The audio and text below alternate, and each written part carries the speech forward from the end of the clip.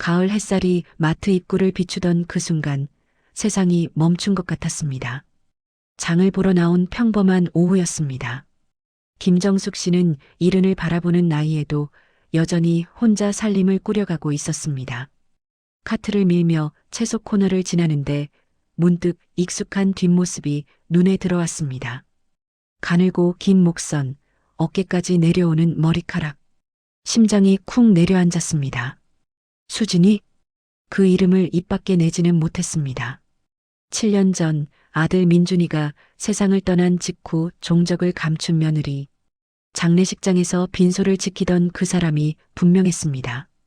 그런데 놀라운 건 그 옆에 서 있던 아이였습니다. 10살쯤 되어 보이는 여자아이가 엄마의 손을 잡고 과일을 고르고 있었습니다. 엄마, 이 사과 살까요? 아이의 목소리가 들렸습니다. 그 목소리를 듣는 순간 정숙 씨는 온몸이 얼어붙었습니다. 아들과 닮은 눈매, 돌아가신 남편과 똑같은 이마선, 틀림없었습니다. 저 아이는 자신의 손주 지우였습니다. 7년 전 그날이 떠올랐습니다. 아들의 장례를 치르고 49제를 지내던 날, 며느리는 흔적도 없이 사라졌습니다. 통장에 있던 돈도 아들이 남긴 보험금도 모두 가지고 말입니다.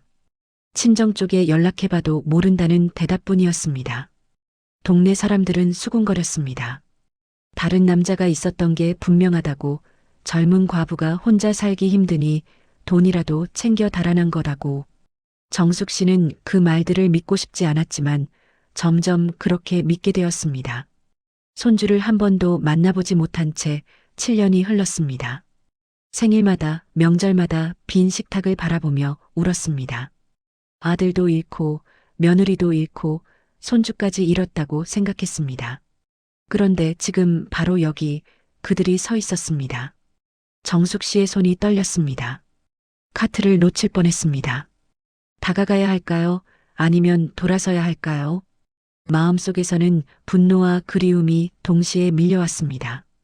왜 연락 한 번 없었느냐고 소리치고 싶은 마음과 그냥 손주를 한 번이라도 안아보고 싶은 마음이 부딪혔습니다.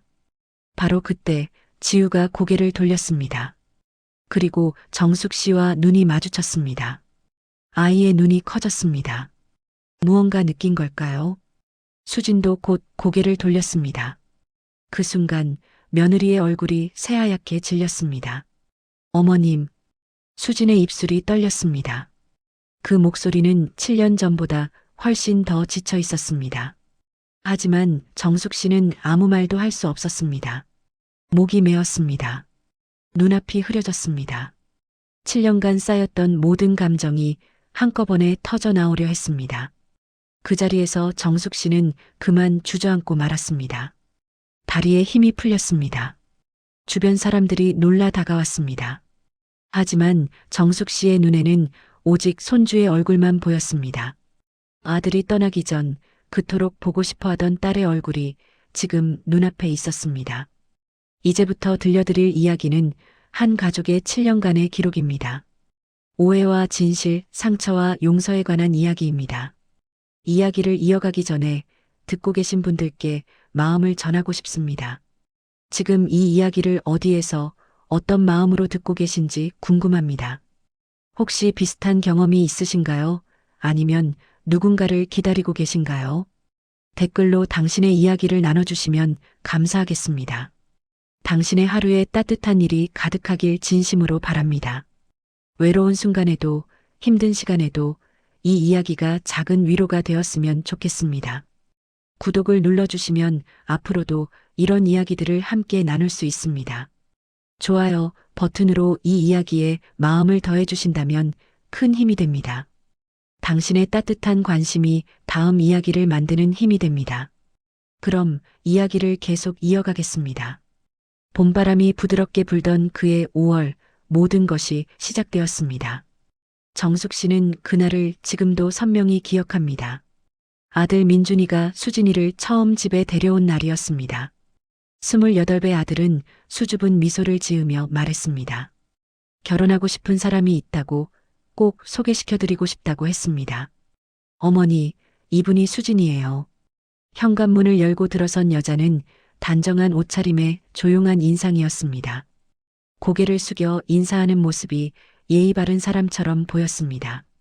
정숙 씨는 첫인상이 괜찮았습니다. 무엇보다 아들의 눈빛이 달랐습니다. 행복해 보였습니다.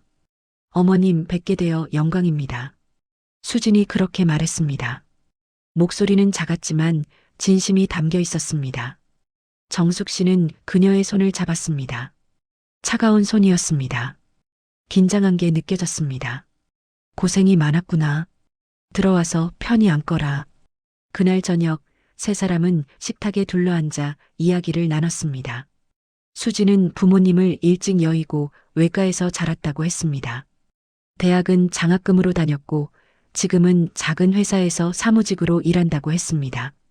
민준이와는 직장 동료로 만나 2년간 연애했다고 했습니다. 의지할 곳이 없는 아이예요. 제가 가족이 되어주고 싶어요. 민준이가 그렇게 말할 때 정숙 씨는 마음이 짠했습니다. 자신도 일찍 남편을 잃고 혼자 아들을 키웠습니다. 의지할 곳 없는 사람의 외로움을 누구보다 잘 알았습니다. 우리 식구가 되자꾸나. 정숙 씨가 그렇게 말하자 수진의 눈에 눈물이 맺혔습니다. 그 눈물이 진짜였는지 거짓이었는지 그때는 알 수 없었습니다. 하지만 지금 돌이켜보면 아마도 진짜 눈물이었을 것입니다. 결혼식은 조촐하게 치러졌습니다. 신부 측 하객이 거의 없었습니다. 외삼촌 한 분과 친구 몇 명이 전부였습니다. 그래도 행복해 보였습니다. 민준이는 내내 웃었고 수진이는 수줍게 미소 지었습니다. 신혼집은 정숙 씨 집에서 버스로 30분 거리에 마련했습니다. 작은 투룸이었지만 두 사람에게는 충분했습니다. 정숙 씨는 일주일에 한 번씩 그 집을 찾아갔습니다. 반찬을 해다 주고 집안일을 도왔습니다. 수지는 고맙다며 항상 깍듯이 대했습니다. 1년 후 지우가 태어났습니다. 예쁜 여자아이였습니다. 민준이는 딸바보가 되었습니다. 퇴근하면 제일 먼저 아기를 안았습니다. 기저귀를 갈고 분유를 타고 재우는 일까지 도맡아 했습니다. 우리 지우 할머니 닮아서 예쁘지? 민준이가 그렇게 말하며 웃었습니다. 정숙 씨는 행복했습니다. 아들이 좋은 남편이 되고 좋은 아버지가 된 모습을 보는 것만으로도 충분했습니다. 하지만 행복은 오래가지 않았습니다. 지우가 3살이 되던 해에 민준이가 쓰러졌습니다. 회사에서 갑자기 쓰러져 병원으로 옮겨졌습니다. 뇌출혈이었습니다. 의사는 말했습니다. 선천적인 뇌혈관 기형이 있었다고, 언제 터질지 모르는 시한폭탄을 안고 살았던 거라고 했습니다. 수술을 했지만 소용없었습니다. 민준이는 3일 만에 세상을 떠났습니다. 32살의 나이였습니다. 너무 갑작스러웠습니다. 누구도 준비할 시간이 없었습니다.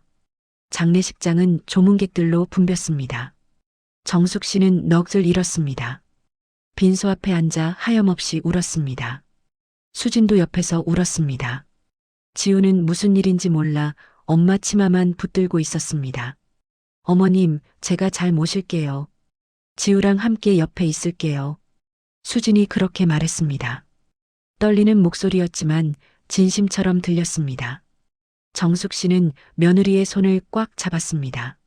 서로가 서로를 의지할 수밖에 없었습니다. 하지만 그 약속은 지켜지지 않았습니다. 49제가 끝나던 날 차가운 빗방울이 창을 두드렸습니다. 장례를 치르고 49일째 되는 날이었습니다. 정숙 씨는 새벽부터 일어나 절에 다녀왔습니다. 아들의 명복을 빌었습니다. 집에 돌아와 수진에게 전화를 걸었습니다. 함께 저녁이라도 먹자고, 지우 얼굴도 보고 싶다고 말하려 했습니다. 하지만 전화는 받지 않았습니다. 문자도 읽지 않았습니다. 이상한 느낌이 들었습니다. 정숙 씨는 곧장 며느리 집으로 향했습니다. 30분을 달려가 아파트 앞에 도착했습니다. 초인종을 눌렀습니다. 아무 응답이 없었습니다. 관리실에 물었습니다. 관리인은 고개를 가우뚱했습니다. 이틀 전쯤 이사 트럭이 왔다고 했습니다. 짐을 다 싸서 나갔다고 했습니다. 어디로 가는지는 말하지 않았다고 했습니다. 정숙 씨는 그 자리에서 멍해졌습니다. 이사를 갔다고요? 한마디 말도 없이요? 손이 떨렸습니다. 다시 전화를 걸었습니다. 여전히 받지 않았습니다. 친정 외삼촌에게 연락했습니다. 외삼촌도 놀란 목소리로 말했습니다. 자기도 모른다고 며칠 전에 잠깐 통화했을 때는 아무 말이 없었다고 했습니다. 혹시 무슨 일 있느냐고 물었습니다. 아니에요, 그냥 연락이 안 되어서요. 정숙 씨는 애써 침착한 척했습니다. 하지만 마음은 무너지고 있었습니다. 며느리 직장에도 전화했습니다. 회사 사람은 말했습니다. 일주일 전에 퇴사했다고 개인 사정이라고만 했다고 전했습니다. 모든 게 계획된 것이었습니다. 수지는 조용히 철저하게 사라질 준비를 했던 것입니다. 정숙 씨는 은행으로 달려갔습니다. 아들 명의로 된 통장들을 확인했습니다. 배우자였던 수진이 법적으로 인출할 수 있었습니다. 모든 돈이 빠져나간 상태였습니다. 보험회사에도 연락했습니다. 아들의 사망보험금이 이미 수진에게 지급되었다고 했습니다. 5천만 원이었습니다. 적지 않은 돈이었습니다. 그 돈 들고 달아난 거야. 동네 사람들이 수군거렸습니다. 정숙 씨는 그 말을 듣고 싶지 않았지만 귀에 들어왔습니다. 젊은 여자가 혼자 살기 힘드니까 돈이라도 챙긴 거라고들 했습니다. 아마 다른 남자가 있을 거라고도 했습니다. 정숙 씨는 믿고 싶지 않았습니다. 그토록 착하고 조용했던 며느리가 그럴 리 없다고 생각했습니다. 분명 무슨 사정이 있을 거라고 믿었습니다. 하지만 날이 갈수록 그 믿음은 흔들렸습니다. 한 달이 지나고 두 달이 지나도 연락이 없었습니다. 수소문을 해봤지만 아무도 수진의 행방을 몰랐습니다. 친구들도 친척들도 모두 연락이 끊겼다고 했습니다. 휴대폰은 해지되었습니다. 주민등록도 옮기지 않았습니다. 완전히 사라진 것이었습니다. 정숙 씨는 밤마다 울었습니다. 아들을 잃은 슬픔도 컸지만 손주를 잃은 슬픔은 더 컸습니다. 지우의 얼굴이 자꾸 떠올랐습니다. 내 살배기 아이가 할머니도 모르고 자라게 되는 건가요? 아빠가 누군지도 잊어버리게 되는 건가요? 분노가 밀려왔습니다. 어떻게 이럴 수 있나요? 아무리 힘들어도 아무리 외로워도 이렇게 흔적도 없이 사라질 수 있나요? 손주라도 보여줘야 하는 거 아닌가요? 수진아, 넌 대체 왜 그랬니? 정숙 씨는 빈방을 향해 혼잣말을 했습니다. 대답은 돌아오지 않았습니다. 침묵만 흘렀습니다. 주변 사람들은 잊으라고 했습니다. 이미 떠난 사람이니 붙잡아봤자 소용없다고 했습니다. 차라리 마음을 비우고 당신 삶이나 잘 살라고 했습니다. 하지만 어떻게 잊을 수 있을까요? 아들의 피를 나눈 손주를 어떻게 잊을 수 있을까요? 정숙 씨는 지우의 사진을 방 한켠에 놓았습니다. 돌잔치 때 찍은 사진이었습니다. 빨간 한복을 입고 환하게 웃던 모습이었습니다. 지우야, 할머니가 미안하다. 사진을 보며 정숙 씨는 속삭였습니다. 지켜주지 못해서 미안하다고, 곁에 있어주지 못해서 미안하다고 말했습니다. 하지만 사진 속 지우는 그저 웃고 있을 뿐이었습니다. 시간이 흐르면서 정숙 씨는 변했습니다. 웃음이 줄었습니다. 사람들을 만나는 것도 피했습니다. 집안에만 틀어박혀 지냈습니다. 아들의 방은 그대로 두었습니다. 수진과 지우의 물건들도 버리지 못했습니다. 언젠가 돌아올지도 모른다는 희망을 버릴 수 없었습니다. 하지만 1년이 지나고 2년이 지나도 아무 소식이 없었습니다. 희망은 점점 사라졌습니다. 대신 원망이 자랐습니다. 수진을 향한 원망, 자신을 향한 원망, 세상을 향한 원망이 쌓여갔습니다. 세월은 흘러도 마음속 구멍은 메워지지 않았습니다. 3년째 되던 해 정숙 씨는 작은 슈퍼마켓에서 일을 시작했습니다. 집에만 있으면 자꾸 생각이 났기 때문입니다. 아들의 얼굴, 며느리의 얼굴, 손주의 얼굴이 떠올라 견딜 수 없었습니다. 일이라도 해야 정신을 붙들 수 있었습니다. 슈퍼 주인 박 사장은 좋은 사람이었습니다. 정숙 씨의 사정을 알고 있었습니다. 힘들면 쉬라고 했습니다. 천천히 해도 된다고 했습니다. 그 배려가 고마웠습니다. 일하면서 동네 사람들을 많이 만났습니다. 단골 손님들은 정숙 씨를 알아봤습니다. 안쓰러운 눈으로 바라봤습니다. 누군가는 위로했고 누군가는 수군거렸습니다. 아들 잃은 것도 모자라 손주까지 빼앗겼다니. 며느리가 참 독하네. 어떻게 그럴 수가 있어. 돈 때문이겠지. 요즘 세상이 다 그렇잖아. 그런 말들을 들을 때마다 정숙 씨는 가슴이 찢어지는 것 같았습니다. 하지만 아무 말도 하지 않았습니다. 변명할 수도 없었습니다. 수진이 왜 떠났는지, 어디에 있는지 아무것도 모르니까요. 명절이 다가오면 더 힘들었습니다. 추석이나 설날이 되면 다른 집들은 온 가족이 모였습니다. 아이들 웃음소리가 들렸습니다. 하지만 정숙 씨의 집은 조용했습니다. 혼자 차례상을 차리고 혼자 절을 올렸습니다. 민준아, 엄마가 지우를 못 찾겠구나. 제사상 앞에서 정숙 씨는 울었습니다. 아들에게 미안했습니다. 손주를 지켜주지 못한 게 미안했습니다. 며느리를 붙잡지 못한 게 미안했습니다. 4년째 되던 봄, 정숙 씨는 사립탐정을 찾아갔습니다. 더 이상 기다릴 수 없었습니다. 직접 찾아야겠다고 결심했습니다. 탐정은 중년의 남자였습니다. 사무실은 좁고 어두웠습니다. 수진이라는 사람을 찾고 싶습니다. 정숙 씨가 말했습니다. 수진의 사진과 정보를 건넸습니다. 탐정은 사진을 들여다봤습니다. 고개를 끄덕였습니다. 최선을 다해보겠습니다. 하지만 시간이 꽤 지났네요. 쉽지 않을 겁니다. 탐정이 솔직하게 말했습니다. 정숙 씨는 알고 있었습니다. 4년이라는 시간은 길었습니다. 흔적을 지우기에 충분한 시간이었습니다. 그래도 시도해봐야 했습니다.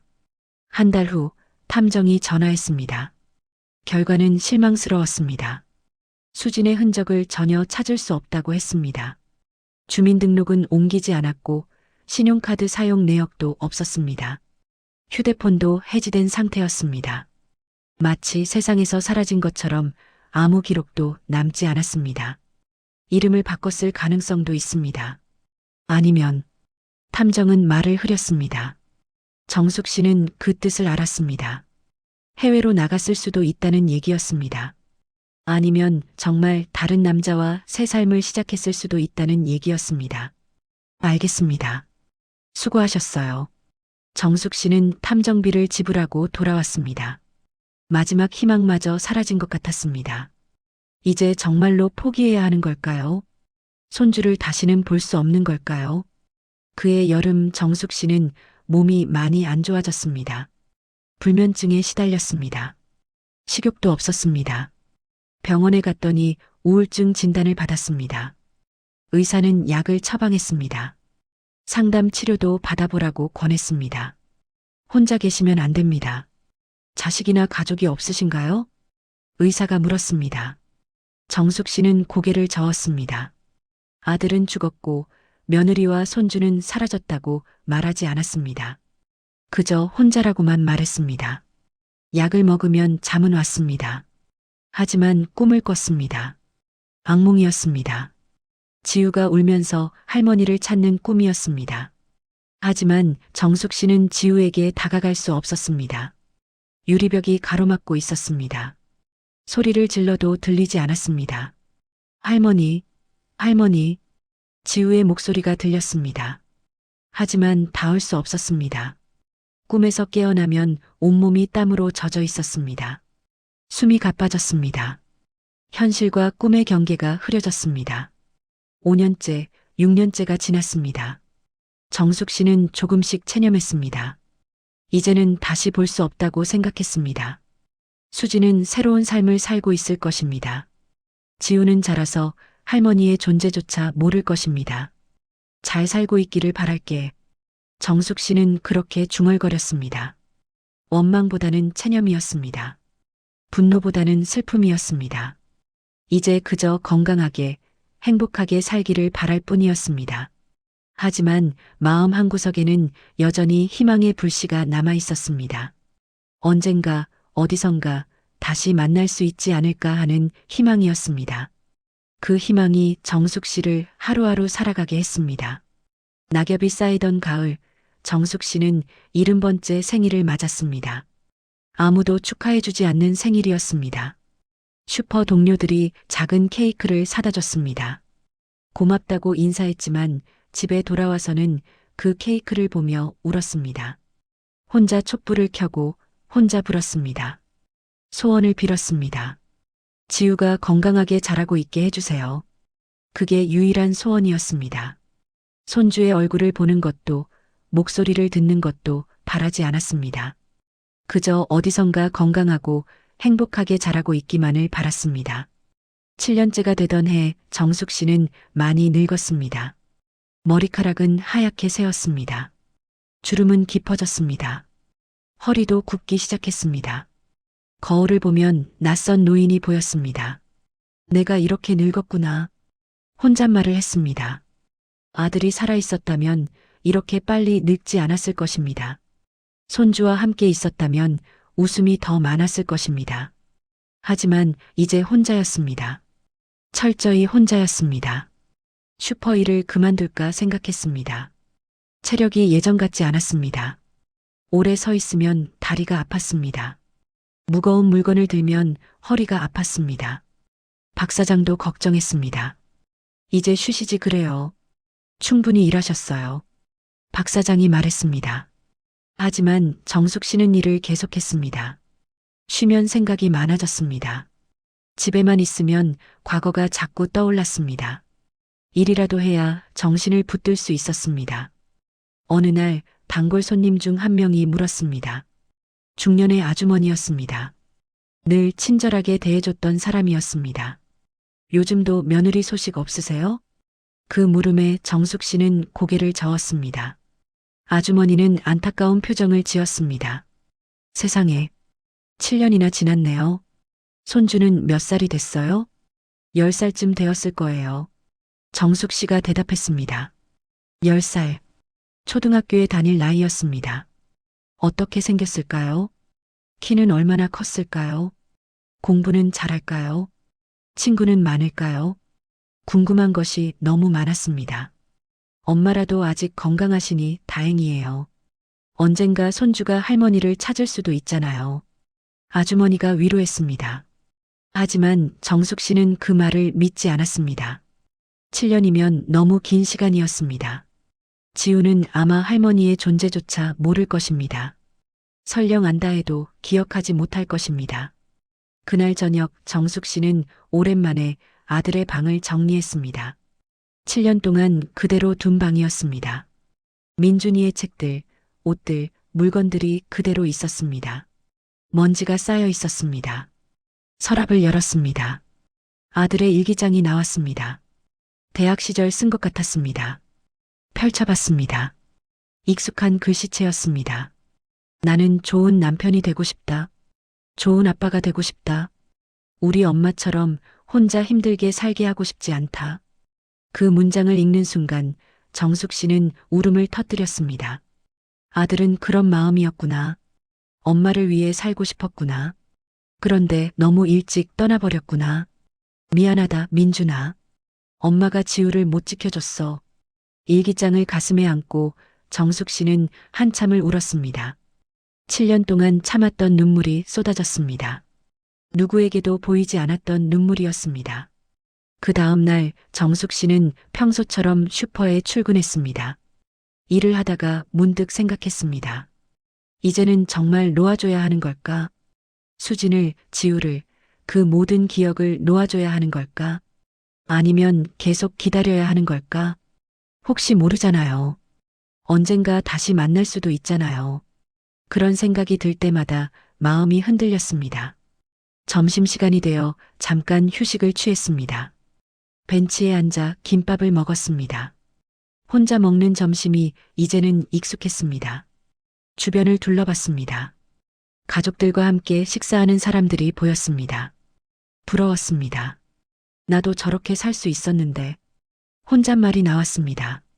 아들이 살아있었다면, 며느리가 떠나지 않았다면 지금쯤 손주와 함께 밥을 먹고 있었을 것입니다. 하지만 이제 그런 일은 일어나지 않을 것입니다. 오후가 되어 다시 일을 시작했습니다. 손님들을 맞았습니다. 계산을 했습니다. 진열을 정리했습니다. 반복되는 일상이었습니다. 그 일상 속에서 정숙 씨는 하루하루를 견뎠습니다. 퇴근 시간이 되어 슈퍼를 나섰습니다. 집으로 가는 길이었습니다. 버스를 탔습니다. 창밖을 바라봤습니다. 거리에는 사람들이 많았습니다. 모두 어디론가 바쁘게 걸어가고 있었습니다. 문득 생각했습니다. 저 많은 사람 중에 수진이도 있을까? 지우도 있을까? 어디선가 저렇게 걸어다니고 있을까? 혹시 우연히 마주칠 수도 있지 않을까? 그런 생각을 하며 정숙 씨는 한숨을 쉬었습니다. 불가능한 일이었습니다. 서울은 넓었습니다. 사람은 많았습니다. 우연히 마주칠 확률은 거의 없었습니다. 하지만 세상은 참 알 수 없는 곳이었습니다. 불가능해 보이는 일도 때로는 일어났습니다. 그리고 바로 그 기적 같은 순간이 머지않아 정숙 씨에게 찾아올 것이었습니다. 마트의 형광등 불빛이 눈부시게 쏟아지던 그 순간이었습니다. 정숙 씨는 카트에서 손을 놓을 뻔했습니다. 심장이 터질 것처럼 뛰었습니다. 앞에 서 있는 여자와 아이를 멍하니 바라봤습니다. 수진과 지우였습니다. 틀림없었습니다. 수진은 7년 전보다 훨씬 마른 모습이었습니다. 얼굴에는 피로가 가득했습니다. 옷차림도 수수했습니다. 하지만 그 눈빛만은 여전했습니다. 조용하고 슬픈 눈빛이었습니다. 지우는 많이 자랐습니다. 10살쯤 되어 보이는 여자아이였습니다. 단발머리에 교복 같은 옷을 입고 있었습니다. 아들을 닮았습니다. 코와 인매가 특히 닮았습니다. 어머님, 수진이 먼저 말을 걸었습니다. 목소리는 떨렸습니다. 창백한 얼굴이 더 하얗게 질렸습니다. 손에 들고 있던 사과가 떨어질 뻔했습니다. 정숙 씨는 입을 열었지만 말이 나오지 않았습니다. 뭐라고 해야 할까요? 어디 있었느냐고 물어야 할까요? 왜 연락도 없었느냐고 따져야 할까요? 아니면 보고 싶었다고 말해야 할까요? 지우가 엄마 뒤에 숨었습니다. 낯선 할머니가 무서운 듯 했습니다. 정숙 씨를 기억하지 못했습니다. 당연했습니다. 3살 때 헤어졌으니까요. 지우야. 정숙 씨가 떨리는 목소리로 불렀습니다. 손주의 이름을 부르는 것만으로도 눈물이 났습니다. 7년 만에 부르는 이름이었습니다. 지우는 더 엄마 뒤로 숨었습니다. 수진이 아이의 어깨를 감쌌습니다. 보호하는 제스처였습니다. 그 모습을 보는 순간 정숙 씨는 알았습니다. 수진이 지우를 지키고 있었다는 것을요. 죄송합니다. 수진이 고개를 숙였습니다. 그 한마디밖에 못했습니다. 뭐가 죄송한 걸까요? 떠난 것이 죄송한 걸까요? 연락하지 않은 것이 죄송한 걸까요? 아니면 다른 이유가 있는 걸까요? 정숙 씨는 한 걸음 다가갔습니다. 하지만 수진이 한 걸음 물러났습니다. 경계하는 모습이었습니다. 마치 도망칠 준비를 하는 것처럼 보였습니다. 기다려. 가지 마. 정숙 씨가 애원했습니다. 또 사라지는 건 견딜 수 없었습니다. 7년을 기다렸습니다. 이제 겨우 만났는데 또 떠나면 안 됐습니다. 주변 사람들이 쳐다봤습니다. 수군거리는 소리가 들렸습니다. 수진의 얼굴이 더 창백해졌습니다. 사람들의 시선이 부담스러운 듯 했습니다. 밖에서 얘기할 수 있을까요? 수진이 조심스럽게 말했습니다. 정숙 씨는 고개를 끄덕였습니다. 셋은 마트 밖으로 나왔습니다. 주차장 한쪽 벤치에 앉았습니다. 지우는 여전히 엄마 옆에 붙어 있었습니다. 한동안 침묵이 흘렀습니다.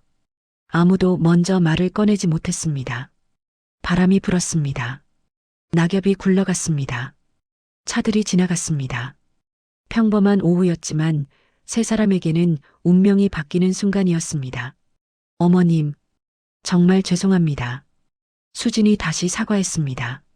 눈물이 흘렀습니다. 참으려 했지만 참을 수 없었습니다. 목이 메었습니다. 왜 그랬니? 왜 떠났니? 정숙 씨가 물었습니다. 7년 동안 품었던 질문이었습니다. 이제야 물을 수 있게 되었습니다. 수지는 한참을 말하지 못했습니다. 입술을 깨물었습니다. 무언가 말하려다가 멈췄습니다. 고민하는 표정이었습니다. 어디서부터 말해야 할지 모르는 듯 했습니다. 지우 때문이었어요. 마침내 수진이 말했습니다.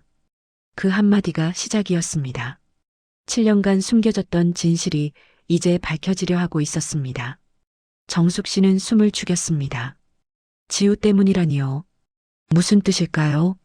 손주 때문에 떠났다는 건가요? 이해할 수 없었습니다. 무슨 소리니? 정숙 씨가 물었습니다. 혼란스러웠습니다. 지우를 데리고 도망친 것도 지우 때문이라는 건가요? 말이 안 됐습니다. 수지는 천천히 고개를 들었습니다. 눈은 빨갛게 충혈되어 있었습니다. 7년 동안 참았던 이야기를 하려는 듯 했습니다. 입을 열었습니다. 그리고 말하기 시작했습니다. 민준 오빠가 돌아가시기 전에 빚이 있었어요. 첫 문장부터 충격적이었습니다. 정숙 씨는 눈이 커졌습니다. 빚이라니요. 아들에게 빚이 있었다고요. 처음 듣는 말이었습니다. 무슨 빚? 회사 일로 보증을 서줬대요. 그게 부도가 나서 수진의 설명이 이어졌습니다. 민준이는 회사 선배의 부탁으로 보증을 섰다고 했습니다. 사업 자금이 필요하다고 간곡히 부탁했다고 했습니다. 민준이는 거절하지 못했다고 했습니다. 착한 사람이었으니까요. 하지만 그 사업은 실패했습니다. 선배는 잠적했습니다. 민준이에게 빚이 넘어왔습니다. 8천만 원이었습니다. 엄청난 금액이었습니다. 갚을 방법이 없었습니다. 그래서 민준 오빠가 그렇게 스트레스를 받았나 봐요. 병원비도 걱정했고, 그게 혈관이 터진 이유 중 하나였을지도. 수진이 울먹였습니다. 자신을 탓하는 목소리였습니다. 정숙 씨는 충격을 받았습니다. 아들이 그런 고민을 하고 있었다니요. 왜 말하지 않았을까요? 엄마에게라도 말했으면. 저녁 공기가 차가워지기 시작했습니다. 수진의 고백은 계속되었습니다. 민준이가 죽은 후 채권자들이 찾아왔다고 했습니다.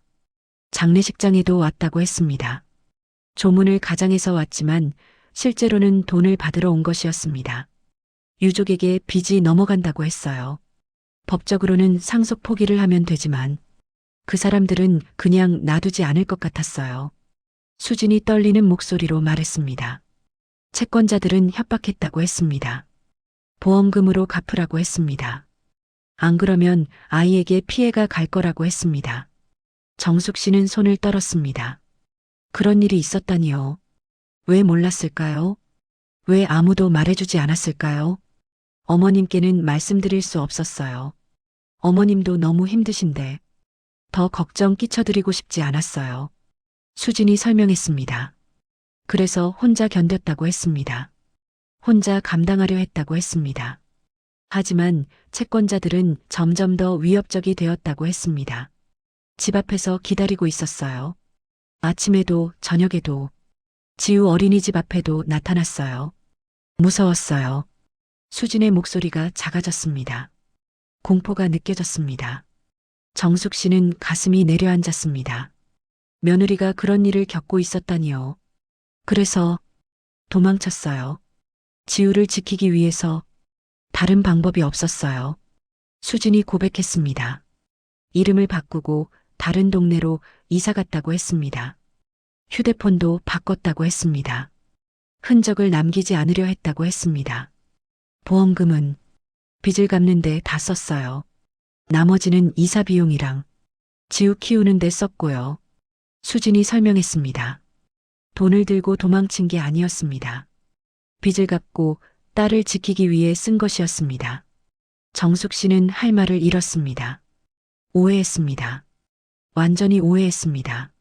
수진을 나쁜 사람으로 생각했습니다. 다른 남자와 도망쳤다고 생각했습니다. 하지만 진실은 달랐습니다. 왜 말하지 않았니? 내가 도왔을 텐데. 정숙 씨가 울먹였습니다. 수진은 고개를 저었습니다. 어머님을 끌어들일 수 없었어요. 그 사람들이 어머님께도 갈 수 있었어요. 차라리 제가 사라지는 게 나았어요. 수진의 대답이었습니다. 며느리는 시어머니를 지키려 했던 것입니다. 정숙 씨는 그제야 깨달았습니다. 수진이 혼자 모든 걸 짊어졌다는 것을요. 연락하고 싶었어요. 매일 생각했어요.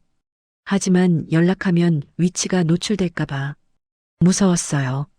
수진이 울었습니다. 7년 동안 참았던 눈물이 쏟아졌습니다. 정숙 씨도 울었습니다.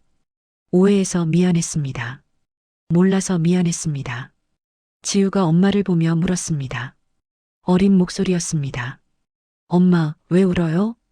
그 물음에 수지는 아이를 꼭 안았습니다. 대답하지 못했습니다. 어떻게 설명해야 할까요? 이 모든 사연을 10살 아이에게 어떻게 말해야 할까요? 정숙 씨는 손주를 바라봤습니다. 7년 만에 가까이서 보는 얼굴이었습니다. 예쁘게 자랐습니다. 건강해 보였습니다. 다행이었습니다. 지우야, 할머니 기억나니? 정숙 씨가 조심스럽게 물었습니다. 지우는 고개를 가우뚱했습니다. 기억나지 않는 듯 했습니다. 당연했습니다. 너무 어릴 때 헤어졌으니까요. 엄마가 사진 보여줬어요. 할머니 사진. 지우가 작은 목소리로 말했습니다. 정숙 씨는 가슴이 뭉클했습니다. 수진이 사진을 보여줬다니요. 할머니를 잊지 않게 하려고 했구나. 그래. 할머니가 지우 할머니야. 정숙 씨가 웃으며 말했습니다. 눈물 섞인 웃음이었습니다. 지우는 천천히 고개를 끄덕였습니다. 아직 낯설었지만 거부하지는 않았습니다. 그동안 어떻게 살았니? 정숙 씨가 수진에게 물었습니다. 7년간의 이야기가 궁금했습니다. 어떻게 버텼는지, 무슨 일을 했는지 알고 싶었습니다. 수진은 천천히 말했습니다. 식당에서 일했다고 했습니다. 주방 보조로 시작해서 지금은 홀 서빙을 한다고 했습니다. 월급은 많지 않지만 생활은 할 수 있다고 했습니다. 지우는 학교 잘 다니고 있어요. 공부도 잘하고 착해요. 수진이 딸을 바라보며 말했습니다. 자랑스러운 표정이었습니다. 정숙 씨는 고개를 끄덕였습니다. 아들의 딸이니 당연히 착하겠지요. 친구들도 많아요. 선생님께서 칭찬도 많이 하시고. 지우가 수줍게 말했습니다. 점점 할머니에게 마음을 여는 것 같았습니다. 정숙 씨는 기뻤습니다. 손주가 말을 걸어오는 게 너무 기뻤습니다. 잘했어. 우리 지우 정말 잘했어. 정숙 씨가 말했습니다. 손을 뻗어 지우의 머리를 쓰다듬고 싶었습니다. 하지만 아직은 조심스러웠습니다. 천천히 가까워져야 했습니다. 해가 지기 시작했습니다. 하늘이 붉게 물들었습니다. 세 사람은 여전히 벤치에 앉아 있었습니다. 말은 많지 않았지만 마음은 조금씩 가까워지고 있었습니다. 이제 어떻게 할 거니? 정숙 씨가 물었습니다. 중요한 질문이었습니다. 수지는 잠시 생각했습니다. 모르겠어요. 아직 빚이 다 정리된 건 아니에요. 그 사람들이 아직도 찾고 있을지. 수진의 걱정이었습니다. 여전히 불안한 것 같았습니다. 정숙 씨는 마음이 아팠습니다. 걱정하지 마. 내가 도와줄게. 이제 혼자가 아니야. 정숙 씨가 말했습니다. 굳은 결심이었습니다. 이번에는 제대로 가족을 지키고 싶었습니다. 7년 전에 못했던 것을 이제라도 하고 싶었습니다. 수진의 눈에 또 눈물이 맺혔습니다. 고맙다는 말도 못했습니다. 목이 메어서 말이 나오지 않았습니다. 가로등이 하나둘 켜지기 시작했습니다. 정숙 씨는 수진과 지우를 집에 데려가고 싶었습니다. 하지만 수진은 망설였습니다. 아직 두려움이 남아 있었습니다. 7년간의 도피 생활이 쉽게 지워지지 않았습니다. 괜찮아. 이제 안전해. 내가 지켜줄게. 정숙 씨가 다시 말했습니다. 하지만 수진은 여전히 불안해했습니다. 그때 지우가 말했습니다. 엄마, 배고파요. 아이의 목소리가 결정을 내렸습니다. 수진은 고개를 끄덕였습니다. 일단 저녁이라도 먹어야 했습니다. 우리 집에 가자. 밥 해줄게. 정숙 씨가 제안했습니다. 수지는 더 이상 거절할 수 없었습니다. 셋은 버스를 탔습니다. 정숙 씨의 집으로 향했습니다. 버스 안에서 지우는 창밖을 바라봤습니다. 호기심 어린 눈빛이었습니다. 처음 가보는 곳이었습니다. 할머니 집이 어떻게 생겼을지 궁금한 것 같았습니다. 30분 후 집에 도착했습니다. 문을 열고 들어서자 수진이 놀랐습니다. 집안이 예전 그대로였습니다. 민준이의 사진이 걸려 있었습니다. 결혼식 사진도 지우 돌잔치 사진도 그대로였습니다. 아빠다. 지우가 사진을 보며 말했습니다. 수진이 늘 사진을 보여줘서 아빠 얼굴을 알고 있었습니다. 아이는 사진 앞으로 다가갔습니다. 할머니, 아빠 지금 어디 있어요? 지우가 물었습니다. 순진한 질문이었습니다. 정숙 씨는 가슴이 먹먹했습니다. 어떻게 대답해야 할까요? 아빠는 하늘나라에 있단다. 정숙 씨가 조심스럽게 말했습니다. 지우는 고개를 끄덕였습니다. 엄마가 그랬어요. 아빠는 별이 되었대요. 하늘에서 우리 보고 있대요. 지우가 말했습니다. 수진이 그렇게 설명했던 것 같았습니다. 정숙 씨는 며느리를 바라봤습니다. 잘 키웠다는 생각이 들었습니다. 아이에게 아빠를 잊지 않게 했다는 게 고마웠습니다. 저녁 준비를 시작했습니다. 정숙 씨는 냉장고를 열었습니다. 재료가 많지 않았습니다. 혼자 사니까 장을 자주 보지 않았습니다. 하지만 김치찌개 정도는 끓일 수 있었습니다. 내가 도와드릴게요. 수진이 앞치마를 두르며 말했습니다. 예전 습관이었습니다. 시어머니와 함께 부엌에 서던 기억이 났습니다. 정숙 씨는 고개를 끄덕였습니다. 두 사람은 나란히 서서 요리했습니다. 말은 많지 않았지만 호흡이 맞았습니다. 수지는 야채를 썰었고 정숙 씨는 찌개를 끓였습니다. 지우는 거실에서 아빠 사진을 보고 있었습니다. 지우가 많이 컸구나. 정숙 씨가 말했습니다. 수지는 고개를 끄덕였습니다. 정말 빨리 크더라고요. 엄마도 놀랄 정도로. 아프지는 않았니? 감기 정도는 걸렸지만 큰 병은 없었어요. 짧은 대화가 오갔습니다.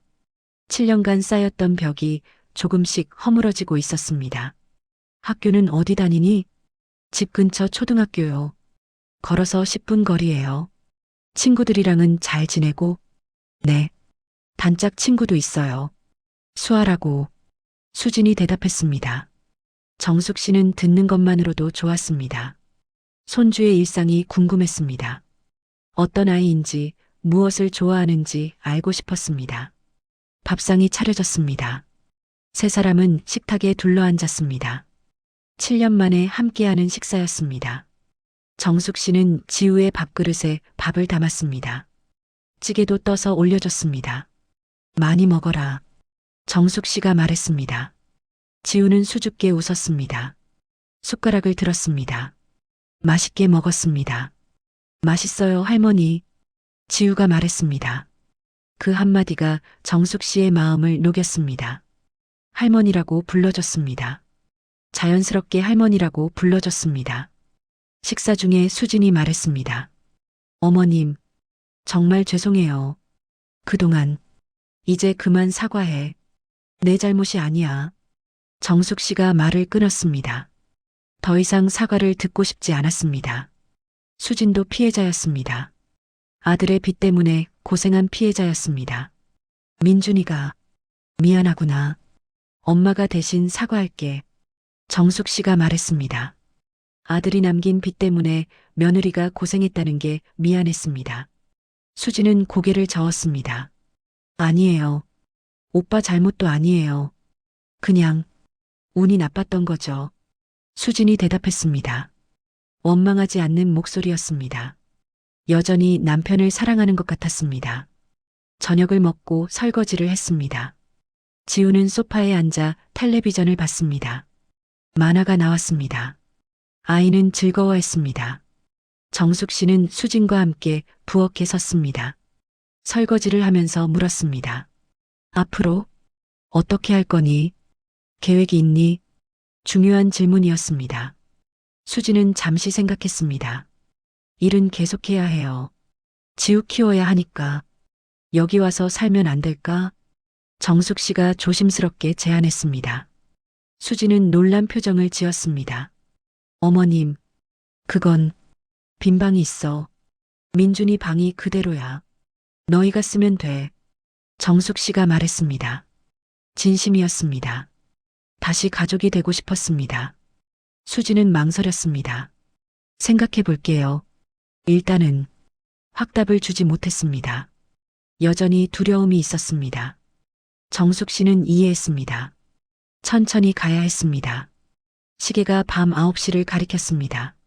지우가 졸기 시작했습니다. 소파에 기대 눈을 감았습니다. 수진이 일어났습니다. 이제 가봐야겠어요.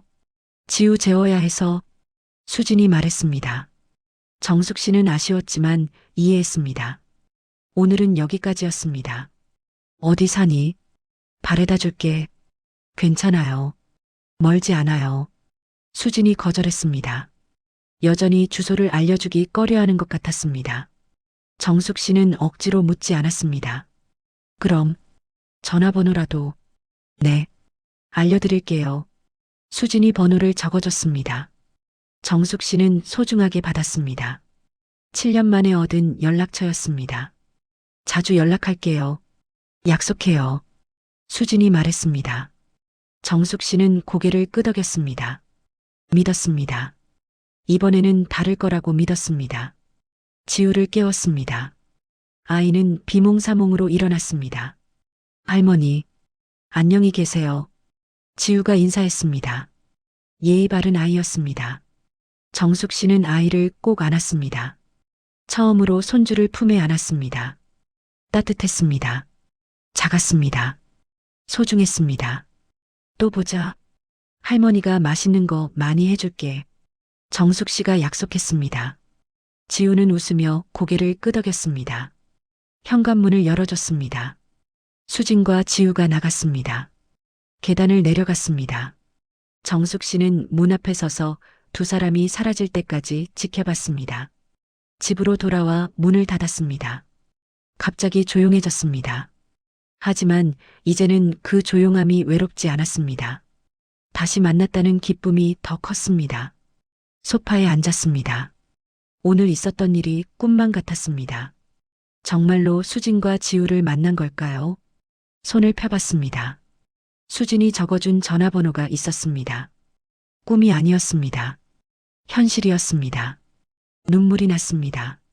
7년 만에 흘리는 기쁨의 눈물이었습니다. 참았던 감정이 터져나왔습니다. 한참을 울었습니다. 다음 날 정숙 씨는 새벽부터 일어났습니다. 잠을 잘 자지 못했습니다. 너무 기뻐서 잠이 오지 않았습니다. 수진에게 문자를 보낼까 고민했습니다. 하지만 너무 이른 시간이라 참았습니다. 아침 식사를 하고 슈퍼에 출근했습니다. 박 사장이 물었습니다. 오늘 왜 이렇게 밝으세요? 무슨 좋은 일 있어요? 네. 아주 좋은 일이 있었어요. 정숙 씨가 웃으며 대답했습니다. 자세한 이야기는 하지 않았습니다. 아직은 조심스러웠습니다. 일하면서도 자꾸 휴대폰을 확인했습니다. 수진에게서 연락이 올까 기대했습니다. 하지만 오전 내내 연락은 없었습니다. 점심시간이 되었습니다. 휴대폰이 울렸습니다. 수진이었습니다. 가슴이 두근거렸습니다. 어머님, 저예요. 응, 잘 들어갔니? 네. 어머님, 어제는 정말 감사했어요. 짧은 통화였지만 따뜻했습니다. 수지는 주말에 다시 찾아뵙겠다고 했습니다. 지우도 할머니를 보고 싶어 한다고 했습니다. 정숙 씨는 기뻤습니다. 주말이 오기를 기다렸습니다. 시간이 더디게 흘렀습니다. 하지만 기다림은 달콤했습니다. 7년간의 기다림에 비하면 며칠은 아무것도 아니었습니다. 토요일 오후 수진과 지우가 왔습니다. 정숙 씨는 미리 준비해둔 음식을 내놓았습니다. 지우가 좋아할 만한 것들이었습니다. 떡볶이, 김밥, 과일. 할머니가 만든 거야. 맛있게 먹어라. 지우는 눈을 반짝였습니다. 맛있게 먹었습니다. 정숙 씨는 그 모습을 보는 것만으로도 행복했습니다. 식사 후에 이야기를 나눴습니다. 수진이 조심스럽게 말을 꺼냈습니다. 어머님, 제가 고백할 게 있어요. 진지한 표정이었습니다.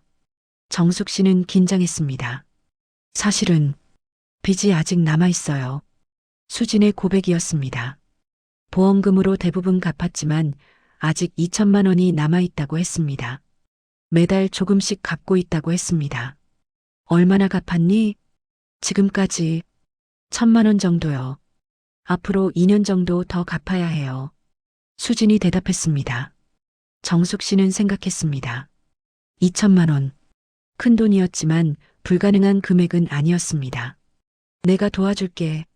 어머님 안 돼요. 어머님 돈까지 쓸 수는 가족이잖아. 민준이 빚이면 내 빚이기도 해. 정숙 씨가 말했습니다. 수지는 고개를 저었습니다. 정말 괜찮아요. 제가 갚을 수 있어요. 일만 열심히 하면. 수진이 거절했습니다. 자존심 때문이었습니다. 정숙 씨는 더 이상 강요하지 않았습니다. 하지만 마음속으로 결심했습니다. 방법을 찾아보겠다고. 그날 저녁 수진이 또 다른 이야기를 꺼냈습니다. 어머님, 사실 저 아직도 무서워요. 뭐가? 그 사람들이 다시 찾아올까봐. 수진의 두려움이었습니다. 7년이 지났지만 여전히 불안했습니다. 정숙 씨는 이해했습니다. 이제 괜찮을 거야. 그렇게 오래 찾진 않아. 위로했지만 수진의 불안은 쉽게 사라지지 않았습니다. 한 달이 흘렀습니다. 그동안 수진과 지우는 주말마다 정숙 씨를 찾아왔습니다. 점점 가까워졌습니다. 지우는 이제 할머니를 편하게 대했습니다. 장난도 치고 안기기도 했습니다. 정숙 씨는 행복했습니다. 오랜만에 집에 웃음이 돌았습니다. 아침에 눈을 뜨는 것이 즐거웠습니다. 살아갈 이유가 생겼습니다. 하지만 수진의 표정은 여전히 어두웠습니다. 무언가 걱정하는 것 같았습니다. 정숙 씨는 물었습니다. 무슨 일 있니? 아니에요. 괜찮아요. 수진은 부인했지만 정숙 씨는 알았습니다. 뭔가 숨기고 있다는 것을요. 어느 날 밤 수진이 전화를 걸어왔습니다. 떨리는 목소리였습니다. 어머님, 그 사람들이 연락이 왔어요. 충격적인 소식이었습니다. 채권자들이 수진을 찾아낸 것입니다. 어떻게 알았대? 모르겠어요. 누군가 제보를 했나 봐요. 직장으로 전화가 왔어요. 수진의 목소리는 공포에 떨고 있었습니다. 정숙 씨는 침착하게 물었습니다. 뭐래? 빚을 다 갚으라고. 안 그러면 법적 조치를 취하겠대요. 얼마나 남았는데? 2천만 원이요. 수진이 대답했습니다. 정숙 씨는 결심했습니다. 내가 갚아줄게. 어머님 안 돼요. 아니야 해야 해. 그래야 내가 편히 살 수 있어. 정숙 씨는 단호했습니다. 수진은 계속 거절했지만 정숙 씨는 고집을 부렸습니다. 다음 날 정숙 씨는 은행에 갔습니다. 평생 모아둔 돈이 있었습니다. 아들에게 물려주려고 모아둔 돈이었습니다. 이제 며느리와 손주를 위해 써야 할 때였습니다. 3천만 원을 인출했습니다. 수진에게 전화했습니다. 돈 준비했어. 채권자한테 연락해서 만나자고 해. 어머님, 정말 괜찮으세요? 응, 괜찮아. 걱정 마. 며칠 후 만남이 잡혔습니다.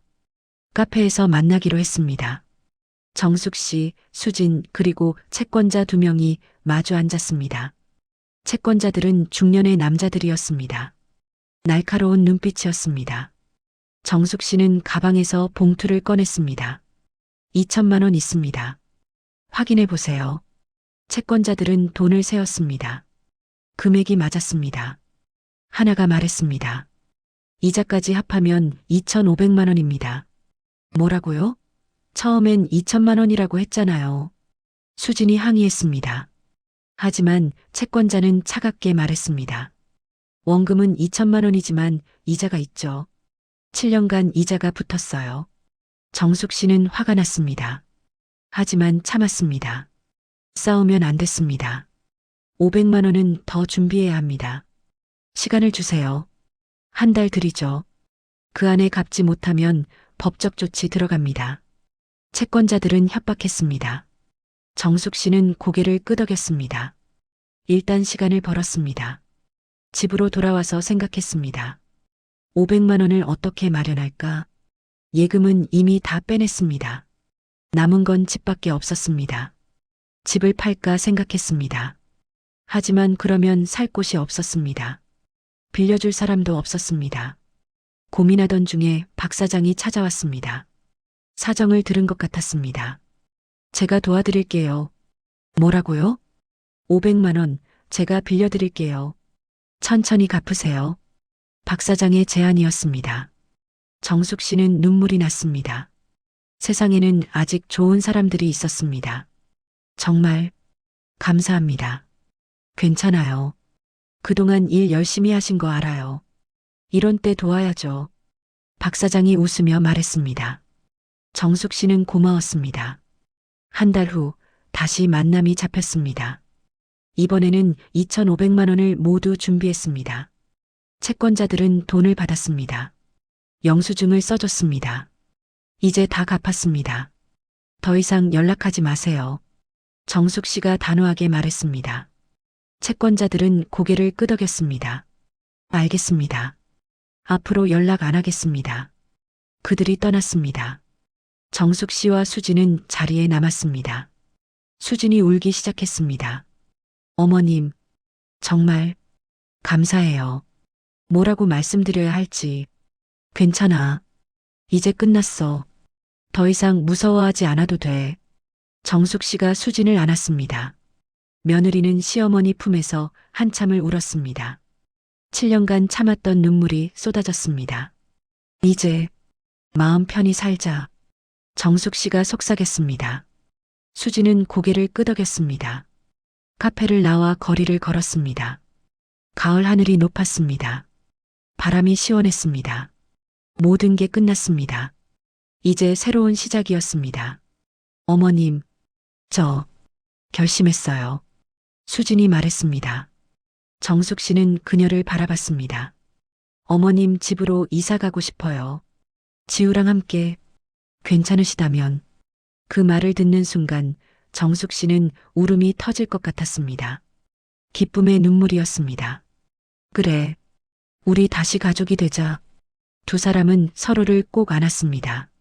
지나가는 사람들이 쳐다봤습니다. 하지만 상관없었습니다. 세상에서 가장 행복한 순간이었습니다. 겨울이 왔고 눈이 내렸습니다. 수진과 지우는 정숙 씨의 집으로 이사를 했습니다. 짐은 많지 않았습니다. 7년간 떠돌며 살았으니 가진 게 별로 없었습니다. 하지만 이제는 안정된 집이 생겼습니다. 민준이의 방을 정리했습니다. 수진과 지우가 쓸 수 있게 꾸몄습니다. 아들의 물건들은 조심스럽게 다른 곳에 보관했습니다. 버리지는 않았습니다. 언젠가 지우가 크면 보여줄 것입니다. 지우야, 이제 이 방이 내 방이야. 정숙 씨가 말했습니다. 지우는 좋아하며 방을 둘러봤습니다. 처음으로 제 방을 갖게 되었습니다. 행복해했습니다. 할머니, 감사해요. 지우가 할머니를 안았습니다. 정숙 씨는 손주를 꼭 껴안았습니다. 따뜻했습니다. 이 순간을 위해 7년을 기다렸습니다. 함께 사는 생활이 시작되었습니다. 아침마다 세 사람이 함께 식사했습니다. 수지는 출근 준비를 하고 지우는 학교 갈 준비를 했습니다. 정숙 씨는 아침밥을 차렸습니다. 지우야, 학교 다녀와. 네, 할머니. 다녀올게요. 지우가 밝게 인사하며 나갔습니다. 수진도 뒤따라 나갔습니다. 정숙 씨는 현관문 앞에 서서 두 사람을 배웅했습니다. 조심히 다녀와. 문이 닫혔습니다. 집이 조용해졌습니다. 하지만 이전의 조용함과는 달랐습니다. 외롭지 않았습니다. 저녁이면 가족이 돌아올 것을 알았습니다. 낮 동안 정숙 씨는 집안일을 했습니다. 청소하고 빨래하고 저녁 준비를 했습니다. 예전에는 혼자 먹을 밥만 대충 했지만 이제는 정성스럽게 요리했습니다. 지우가 좋아하는 반찬을 만들었습니다. 오후가 되면 지우가 학교에서 돌아왔습니다. 열쇠로 문을 열고 들어왔습니다. 할머니, 다녀왔어요. 그래, 배고프지? 간식 먹을래? 네. 지우는 가방을 내려놓고 거실로 뛰어왔습니다. 정숙 씨가 준비한 과일과 우유를 먹었습니다. 학교 이야기를 했습니다. 오늘 미술 시간에 그림 그렸어요. 선생님이 잘 그렸대요. 정말? 할머니한테도 보여줄래? 네, 이거예요. 지우가 가방에서 그림을 꺼냈습니다. 세 사람이 손을 잡고 있는 그림이었습니다. 엄마, 할머니, 그리고 지우. 정숙 씨는 가슴이 뭉클했습니다. 우리 가족이에요. 지우가 말했습니다. 정숙 씨는 눈물을 참았습니다. 손주가 자신을 가족으로 생각한다는 게 감동적이었습니다. 저녁이 되면 수진이 돌아왔습니다. 피곤한 얼굴이었지만 집에 오면 웃었습니다. 더 이상 두려워할 필요가 없었습니다. 안전한 집이 있었습니다. 어머님 다녀왔습니다. 그래, 수고했어. 씻고 밥 먹자. 세 사람은 저녁 식탁에 둘러앉았습니다. 하루 일과를 나눴습니다. 지우는 학교 이야기를, 수지는 직장 이야기를, 정숙 씨는 동네 이야기를 했습니다. 지우야, 이번 주말에 할머니랑 영화 볼까? 정말요? 좋아요. 수진이 너도 같이 가자. 네, 어머님. 오랜만에 가족끼리 나들이 하면 좋겠네요. 그렇게 소소한 일상이 쌓여갔습니다. 아침마다 배웅하고 저녁마다 맞이했습니다. 주말에는 함께 시장에 가고 공원을 산책했습니다. 지우는 날이 갈수록 정숙 씨에게 애교를 부렸습니다. 할머니 무릎에 머리를 기대고 텔레비전을 봤습니다. 숙제를 할 때는 옆에서 봐달라고 했습니다. 할머니, 이 문제 어떻게 풀어요? 할머니도 어렵네. 엄마한테 물어볼까? 엄마는 지금 설거지 중이에요. 할머니가 도와주세요. 그래, 그럼 같이 생각해보자. 그런 시간들이 소중했습니다. 정숙 씨는 할머니로서의 역할을 하고 있었습니다. 7년 동안 못했던 것들을 지금 하고 있었습니다. 수진도 변했습니다. 얼굴에 여유가 생겼습니다. 웃음이 많아졌습니다. 더 이상 도망칠 필요가 없었습니다. 빚도 갚았고 안전한 집도 있었습니다. 어머님, 제가 생활비를 드려야 하는데. 괜찮아. 내가 지우 키우는 데 써. 아니에요, 어머님. 제가 드릴게요. 전기세랑 수도세라도. 알았어. 그럼 반반하자. 그렇게 합의를 봤습니다. 수지는 매달 생활비를 냈습니다. 정숙 씨는 그 돈을 지우의 학비와 용돈으로 썼습니다. 서로를 배려했습니다. 어느 날 저녁 수진이 조심스럽게 말을 꺼냈습니다. 어머님, 제가 말씀드릴 게 있어요. 응, 뭔데? 박 사장님께서 저한테 좋아하신대요. 놀라운 말이었습니다. 정숙 씨는 눈이 커졌습니다. 슈퍼 박 사장 말인가요? 뭐라고? 식사 한번 하자고 하셨어요. 어떡하죠? 수지는 당황스러워했습니다. 정숙 씨는 잠시 생각했습니다. 내 마음은 어떤데? 모르겠어요. 아직 민준 오빠밖에 생각이 안 나는데. 수진이 대답했습니다. 여전히 남편을 사랑하고 있었습니다. 천천히 생각해봐. 급할 건 없어. 정숙 씨가 조언했습니다. 사실 마음은 복잡했습니다. 며느리가 재혼하는 게 아들에게 미안한 일 같았습니다. 하지만 수진의 행복도 중요했습니다. 봄이 다시 왔습니다. 벚꽃이 피는 4월이었습니다. 정숙 씨, 수진, 지우는 함께 공원을 산책했습니다. 꽃잎이 바람에 날렸습니다. 지우는 꽃잎을 손으로 잡으려 뛰어다녔습니다. 할머니, 엄마, 여기 봐요. 아이의 웃음소리가 공원에 퍼졌습니다. 정숙 씨와 수지는 벤치에 앉아 그 모습을 지켜봤습니다. 평화로운 오후였습니다. 어머님, 수진이 말을 꺼냈습니다. 정숙 씨는 며느리를 바라봤습니다. 내가 행복하면 돼. 그게 민준이도 원하는 거야.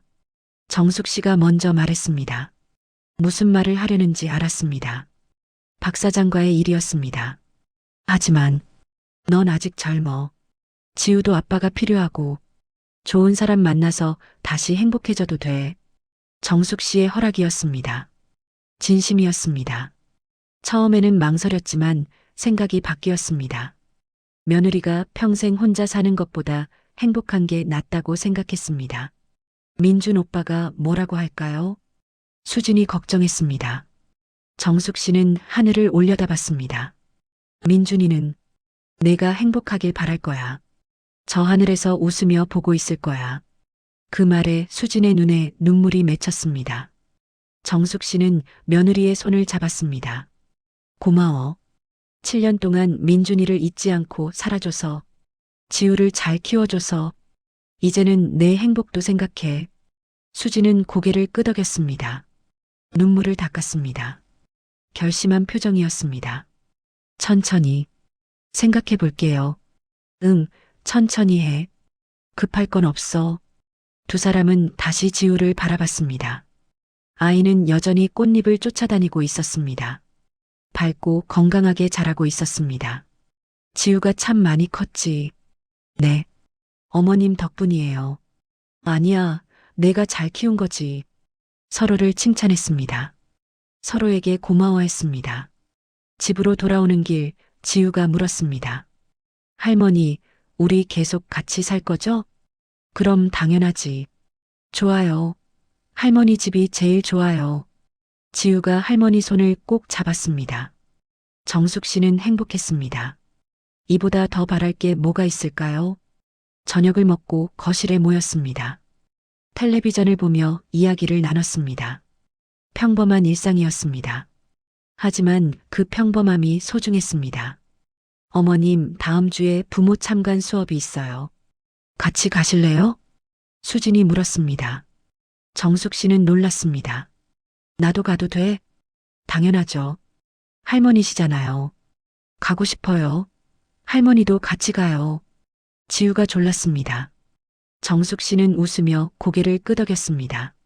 그래, 같이 가자. 다음 주 학교에 함께 갔습니다. 선생님이 반겼습니다. 지우 할머니시군요. 처음 뵙겠습니다. 네, 안녕하세요. 정숙 씨는 수업을 참관했습니다. 지우가 발표하는 모습을 봤습니다. 또박또박 말하는 모습이 기특했습니다. 아들을 닮았습니다. 수업이 끝나고 선생님이 말했습니다. 지우가 요즘 정말 밝아졌어요. 전에는 좀 조용했는데 요즘은 친구들이랑도 잘 어울리고. 그 말을 듣는 정숙 씨는 가슴이 뜨거워졌습니다. 안정된 환경이 아이에게 좋은 영향을 준 것입니다. 집으로 돌아오며 정숙 씨는 생각했습니다. 7년 전 모든 것을 잃었다고 생각했습니다. 아들을 잃고 며느리를 잃고 손주를 잃었다고 생각했습니다. 하지만 지금은 모든 것을 되찾았습니다. 아니, 되찾은 것이 아니라 새로 얻은 것입니다. 더 깊은 이해, 더 큰 사랑, 더 단단한 유대감을 얻었습니다. 밤에 침대에 누워 정숙 씨는 생각했습니다. 인생은 참 알 수 없는 것이라고. 가장 어두웠던 순간에도 희망은 있었다고. 포기하지 않고 기다린 덕분에 이 행복을 얻었다고. 민준아, 엄마가 잘 지내고 있어. 수진이랑 지우도 잘 있어. 걱정하지 마. 아들에게 속삭였습니다. 하늘 어딘가에서 아들이 듣고 있을 것 같았습니다. 다음 날 아침 평소처럼 일어났습니다. 부엌에서 아침을 준비했습니다. 수진이 나와서 도와줬습니다. 지우도 일어나 세수를 했습니다. 맛있겠다.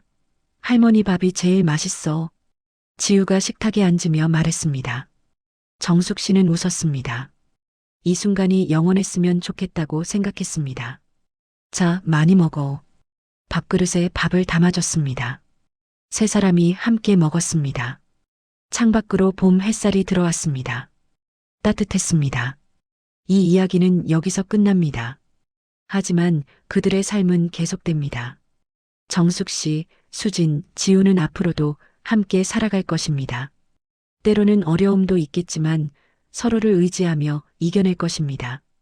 7년간의 이별이 있었지만 그 시간이 그들을 더 단단하게 만들었습니다. 오해가 있었지만 진실이 밝혀지면서 더 깊은 이해가 생겼습니다. 상처가 있었지만 치유하며 더 강해졌습니다. 이 이야기를 듣는 모든 분들에게 전하고 싶은 메시지가 있습니다. 포기하지 마세요. 가장 어두운 순간에도 희망은 있습니다. 오해가 있다면 진실을 찾으세요. 상처가 있다면 치유하세요. 그리고 무엇보다 가족을 사랑하세요. 정숙 씨는 7년을 기다렸습니다. 그리고 마침내 가족을 되찾았습니다.